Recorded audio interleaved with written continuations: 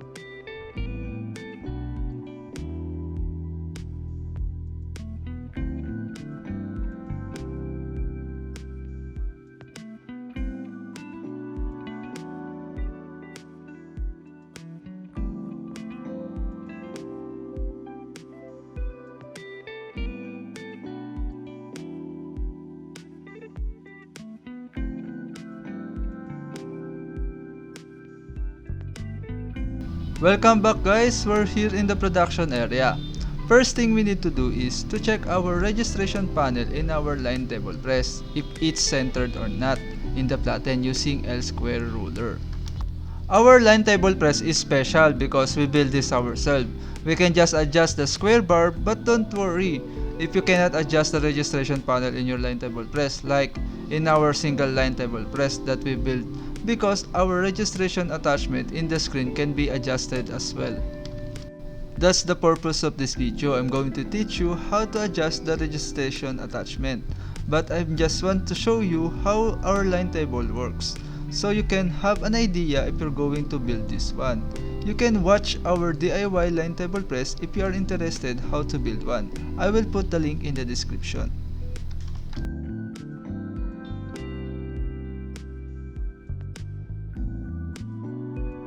After that, next is we're going to get the center of our screen frame and then mark it with pen so we can put our registration attachment in the center.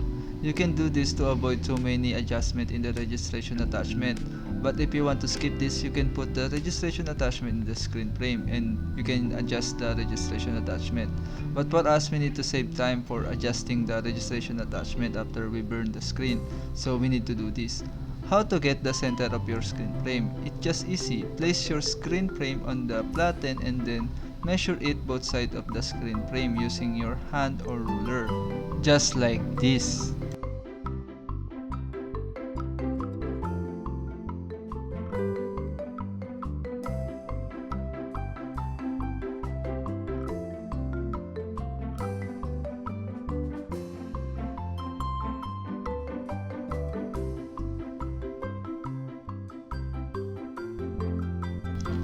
After that, use L-square ruler, place it at the top of the screen frame and at the left side of the square bar or registration panel, and then mark it using your pen.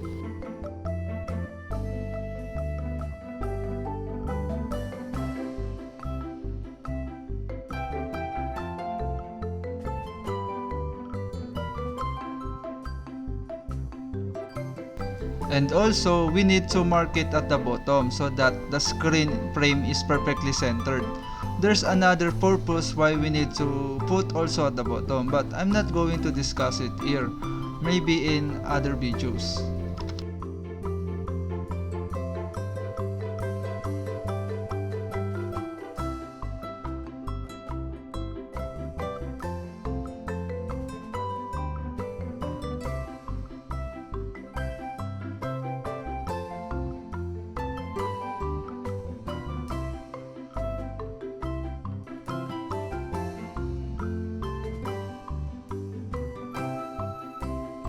After that, next is we're going to mark it at the other side of the screen frame so that we can easily see the center if we're going to install the registration attachment.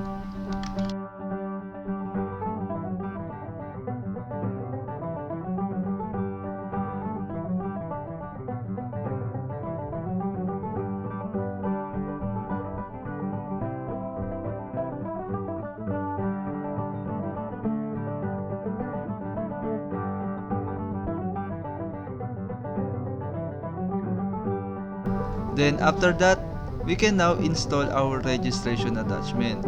It is easy to install it. You just need screws and also put it at the center. The center of the registration attachment is the head screw at the center. Here, you can see it must be placed like this. Here's the center of the screen frame and here's the center of the registration attachment. Now let's screw our registration attachment in the screen frame.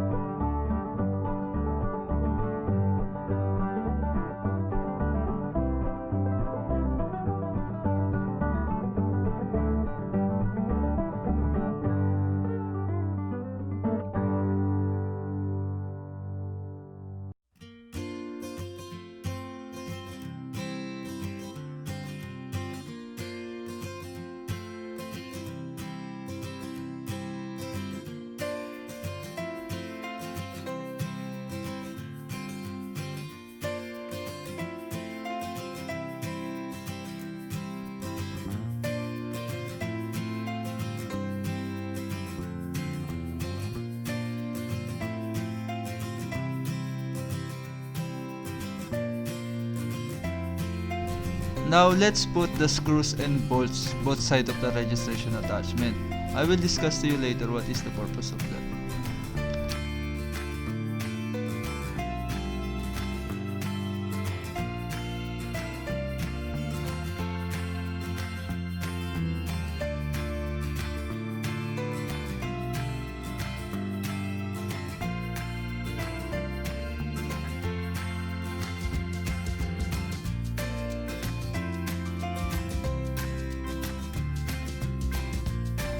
After that, let's see if the registration attachment is properly installed.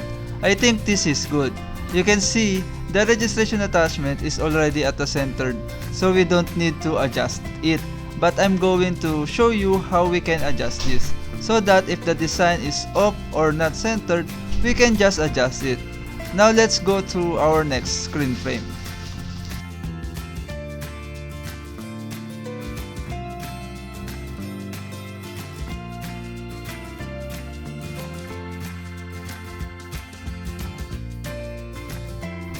We're going to use this screen frame with mesh and design. You can see there's no registration attachment, and also you can see the registration in our design. We need this so we can check and align it between platen and screen.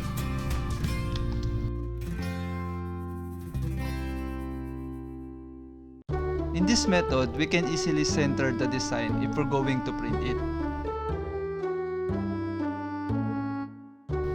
You can see the line of the platen and the registration of the design here. It must be aligned to each other.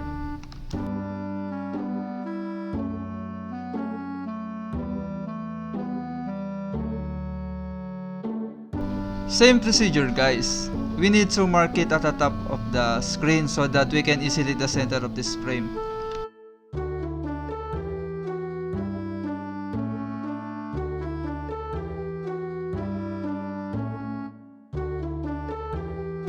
Next is, let's install the registration attachment in the screen.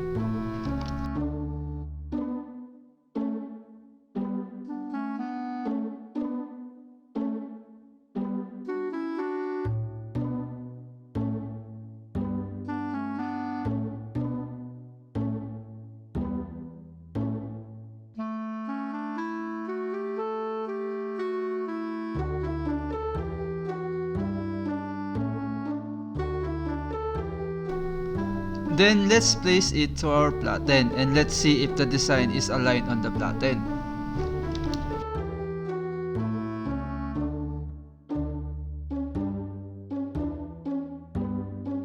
You can see the design is not aligned on the platen. It's a little bit far at the line of the platen. If this happen in your screen and your registration attachment is permanent, you need to redo or burn your screen again. But if you are using like our registration attachment, you can easily adjust it. How we can adjust it? We just need wrench and screwdriver. See the video demonstrations how we can adjust the registration attachment.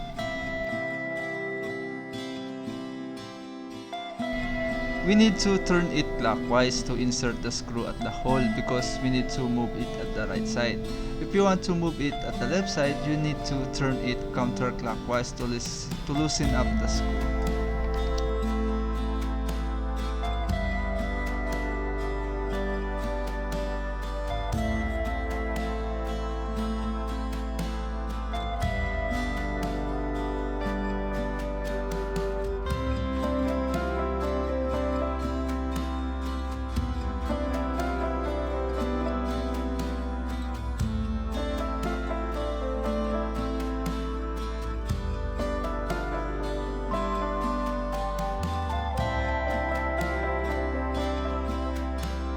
After that, let's see if the screen is properly aligned now.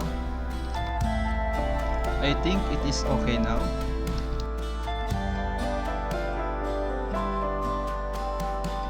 You can check the registration in the platen and also at the line on the platen. It is now properly aligned to each other.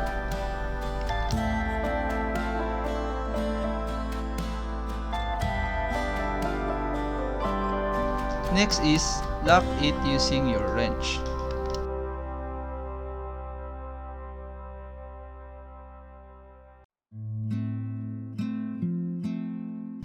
Next is the screws and bolts both sides of the registration attachment. The purpose of this is to balance and to hold the screen frame, and if the designs on the screen is slanted or tilted on the platen, you can adjust it as well.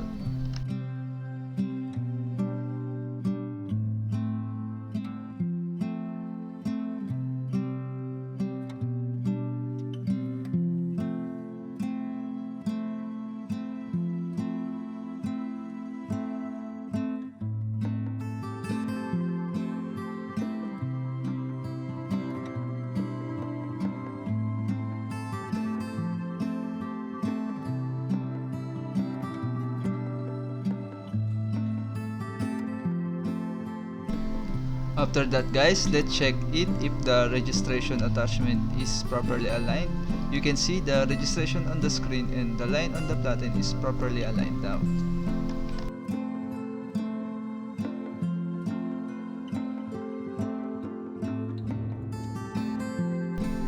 And now we are done installing and adjusting the registration attachment.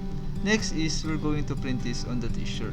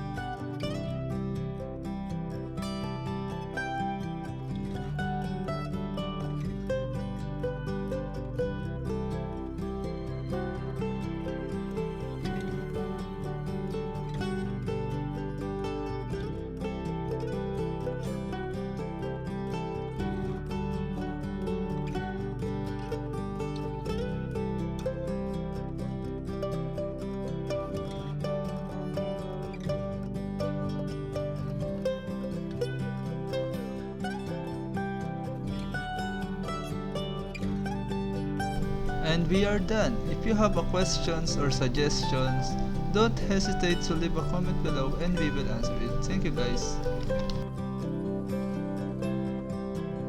So that's it guys. Don't forget to like, subscribe, and hit the notification bell for more videos about line table screen printing tutorial. Thank you very much for watching.